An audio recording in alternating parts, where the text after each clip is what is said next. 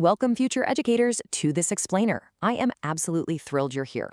Today, we're taking something that might sound a little intimidating, abstract musical theory, and turning it into a really practical, engaging, and deeply memorable classroom experience for your students. As an instructional coach, I totally get how daunting these certification exams can feel. But our goal today is to take Competency 002C, which is all about mastering musical arrangements, and connect it directly to the living, breathing classroom you're going to be leading so soon. We're going to visualize exactly what effective teaching looks like in practice. Okay, let's dive right in. Section 1, the classroom hook. Picture this scenario.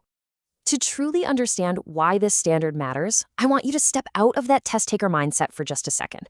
Picture yourself standing at the front of your very first music class. Now ask yourself, what actually happens when you hand 20 eager elementary students a pair of rhythm sticks? Just think about that immediate energy in the room, the palpable excitement, and yes, the very real potential for total chaos. You've got 20 bright-eyed learners, they're holding wooden sticks, and they're practically vibrating with the urge to make some noise. So what do you do next? How do you channel all that energy into real learning? Yeah, 20 students plus rhythm sticks equals pure potential. Or, let's be honest, pure chaos. As the teacher, your job is to harness that energy. And this brilliantly illustrates exactly why knowing how to arrange music is so vital. It is literally the key to turning that chaotic energy into a beautiful, structured learning moment. It's the difference between a room full of noise and a room full of music. All right, moving on to Section 2, unpacking Competency 002C, what the standard actually means. Let's break down the specific academic standard you need to master for your exam, and far more importantly, for your future students.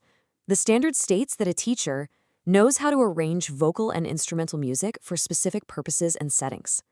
What this core descriptor actually means for you is that you're going to be guiding your kids in creating simple song arrangements and accompaniments using their voices, basic melody instruments, and classroom percussion. You aren't just teaching them to consume music, right? You're actively empowering them to build it together. Now, take a deep breath and let go of any anxiety you might be holding on to. The state exam does not expect you to be the next Mozart. You are not expected to teach advanced composition or write these complex symphonies. The emphasis is entirely on simple, creative organization. It's just about taking basic musical elements and combining them in a way that lets every student participate creatively and successfully. Let's build up your toolkit with 4 key terms you absolutely must know. First up is arrangement. An arrangement is simply an adaptation of an existing piece of music for a particular group or purpose. You're just taking existing music, maybe it's a popular folk song or a classic nursery rhyme, and modifying it so it perfectly fits the unique kids sitting right there in your classroom.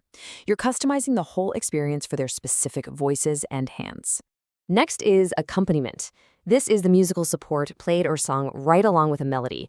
Think of it like the foundation of a house.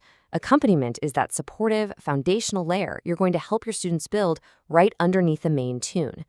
It enriches the sound, it makes the performance feel full, and it gives students a really vital role even if they aren't the ones carrying the main melody. Our third term is melody instrument. Just like it sounds, this is an instrument capable of playing a tune or melody. Think recorders or xylophones. In your day-to-day lessons, you'll utilize these melody instruments to carry the primary tune. So, when a student strikes the bars of a xylophone to play the part of the song we all recognize, they're playing the melody. And finally, we have classroom percussion. We're talking instruments like rhythm sticks, drums, maracas, and tambourines. You'll use classroom percussion to really drive the rhythm. And you know what makes classroom percussion so magical? It gives absolutely everyone an accessible way to participate. A student who might be struggling to hit the precise notes on a xylophone can still contribute perfectly just by shaking a maraca on the beat. It's a total game changer. Section 3, music in practice, building the lesson. So now that we have the vocabulary down, how do you actually pull this off on a random Tuesday morning with 20 kids? Well, here is a super simple blueprint for you.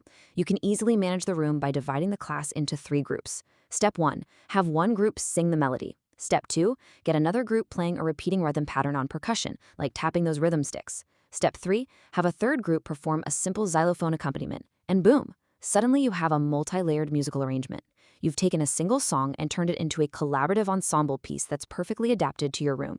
Section 4, reflecting on instructional choices, thinking like a teacher. Let's put our teacher hats on for a second and pause the lesson planning to reflect. Why is this specific three-part structure so profoundly effective? Consider this. How does matching instruments to abilities actually benefit diverse learners? Well, think about the wildly different skill levels in any given classroom. If you assign a simple repeating percussion rhythm to a student who's still developing their fine motor skills, while handing a slightly more complex xylophone melody to a student who is ready for a bigger challenge, you are supporting diverse learning needs simultaneously. Everyone is appropriately challenged, and most importantly, everyone experiences success. Which brings us to this massive light bulb moment. Adapt music so it is appropriate for students, instruments, and performance situations. Your biggest, most important instructional decision as a music educator is not demanding perfection from some pre-written score. No, it's adapting the music so that every single student has a successful way to contribute to the performance. You always fit the music to the child, not the child to the music. Section 5. Your future classroom. Key takeaways for the exam. Let's wrap this up by bridging all this great classroom practice directly back to your certification exam and your new career. When you sit down for that test, you want to look for answers that align with these 3 pillars. First, remember you are facilitating simple arrangements. Do not let them trick you with answers suggesting complex compositional theory.